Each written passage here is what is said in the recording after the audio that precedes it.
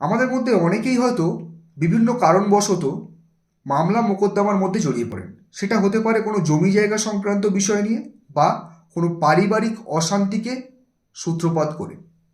আর এই মামলা মোকদ্দমা থেকে বেরিয়ে আসা কিন্তু খুব সহজ উপায় নয়। তো আজকের আপনাদের জন্যই একটা বিশেষ টোটকা, আপনারা কিভাবে মামলা মোকদ্দমা থেকে সহজে বেরিয়ে আসতে পারেন তার জন্য। যে কোনো অমাবস্যা তিথিতে বা যে কোনো শনিবার দিন দুপুর 12টার পরে খেজুর গাছের ছাল একটু কেটে নিন এবং খেজুর গাছের শিকড়, যে শিকড় মাটির উপরে উঠে থাকে, ছোট করে কেটে নিয়ে যে কোনো মন্দিরে গিয়ে নিজের নাম গোত্র সংকল্প করে একটি কালো কাপড়ে বেঁধে নিজের ডান হাতের বাহুতে পরুন।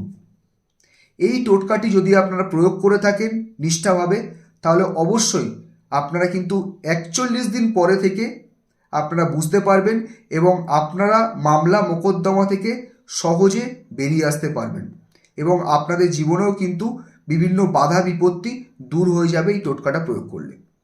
তো অবশ্যই এই টোটকাটা প্রয়োগ করুন। ভালো থাকুন, সুস্থ থাকুন।